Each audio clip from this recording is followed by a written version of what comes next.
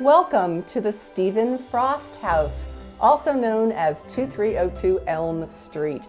This house is a 1769 salt box. A salt box is a reference to the roof line being lower in the back than it is in the front, very common to that era. The house is situated, you know it's on Elm Street, but it's actually the Boston Post Road, the old Post Road, the one that the postmaster Benjamin Franklin laid out at the time from New York to Boston. So this was the main street of the town for over 100 years.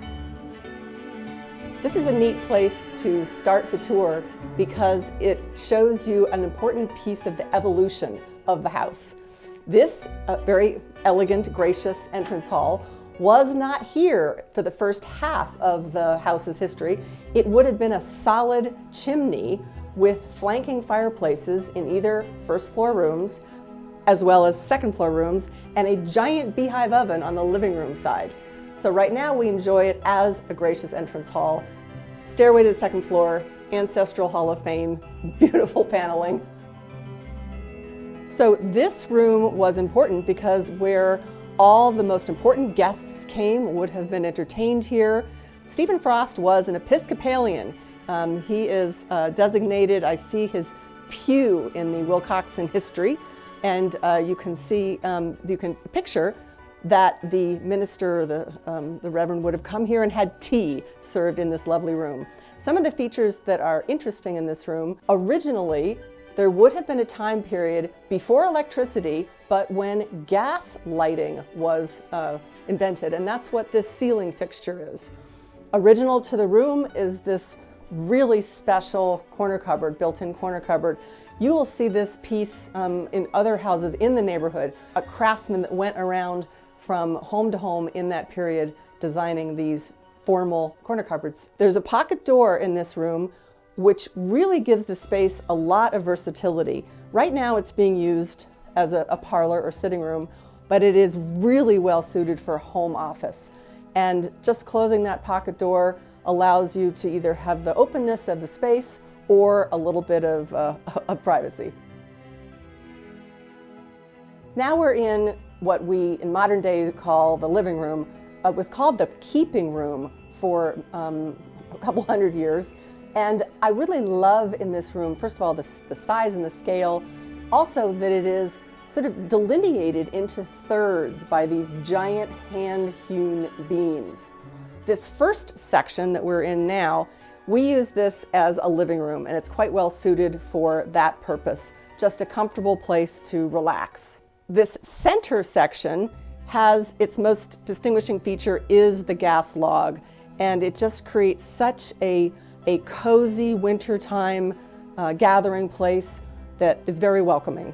And on the other side of this little area here, this has really worked well, this little nook, as it can be a homework table, can be a game table with some nice built-ins to support the use of space.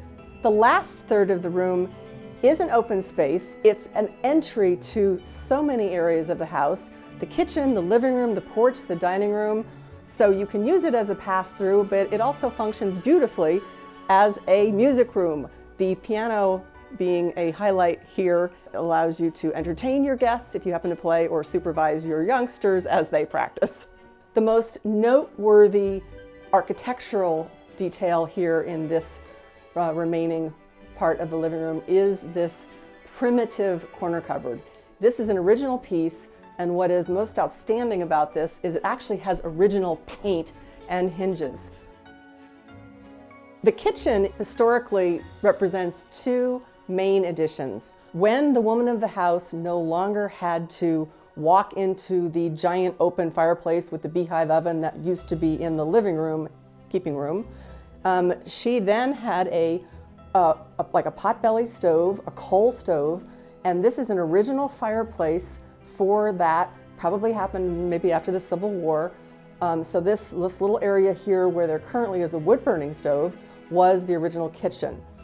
Then in the maybe turn of the century, early 1900s, this space was enlarged to its current day dimensions, then again renovated in 2012 to include Probably the two best features I think in this room are the built-in hutch with the diamond pane glass that mirrors the diamond panes that were put into the living room, as well as this banquette. And this banquette is so flexible for eating. Obviously, one could seat one or two. You can also get a bunch of little kiddos in there with pizza, and the space is very, very flexible. This bar with the stove top is such a great open kitchen concept.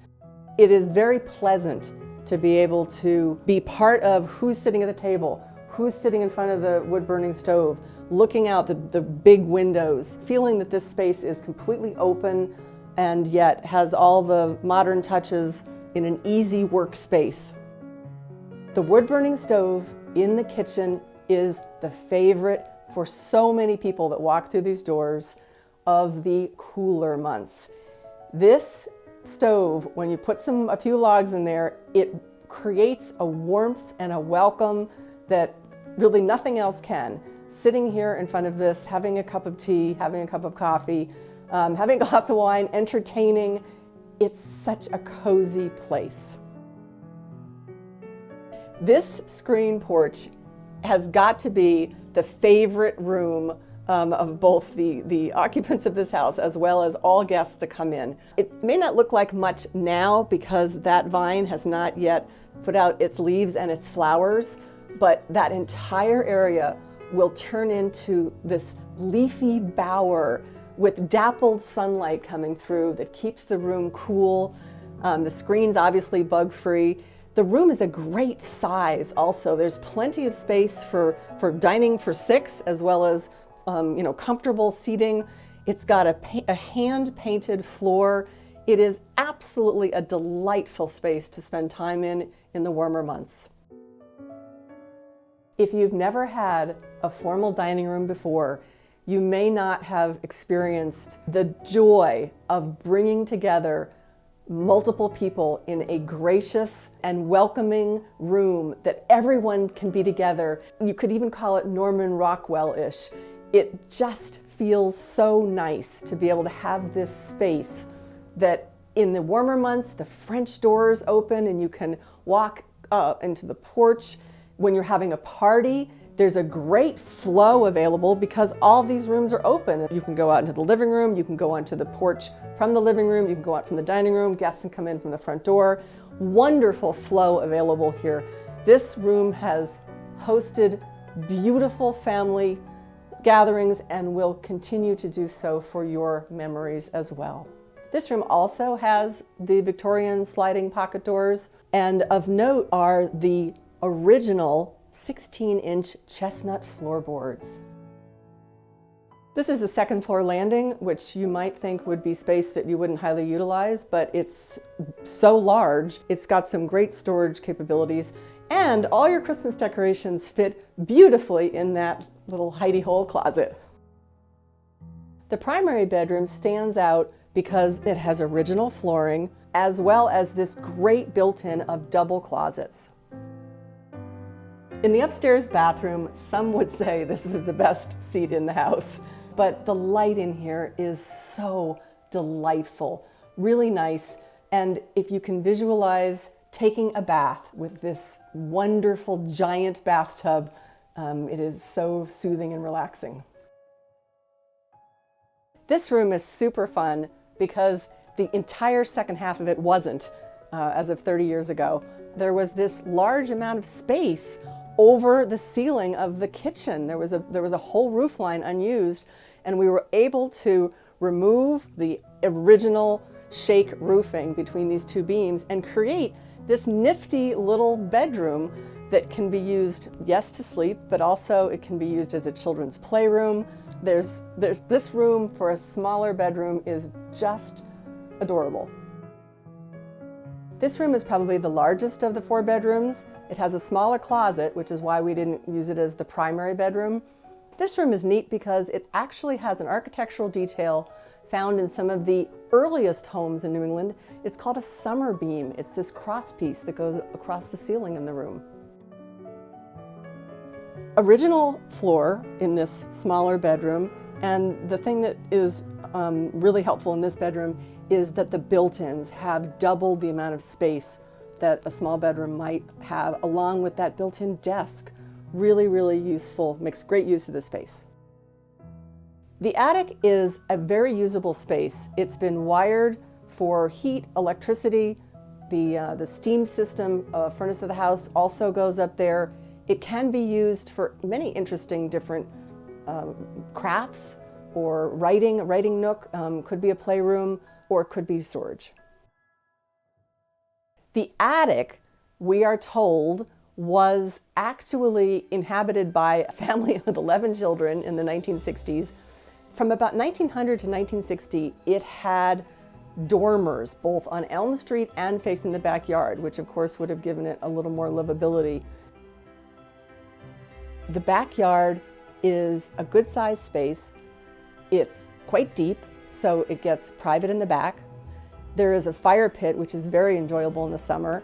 And you might even be surprised, because you wouldn't have been expecting, that there is a giant swimming pool in the back.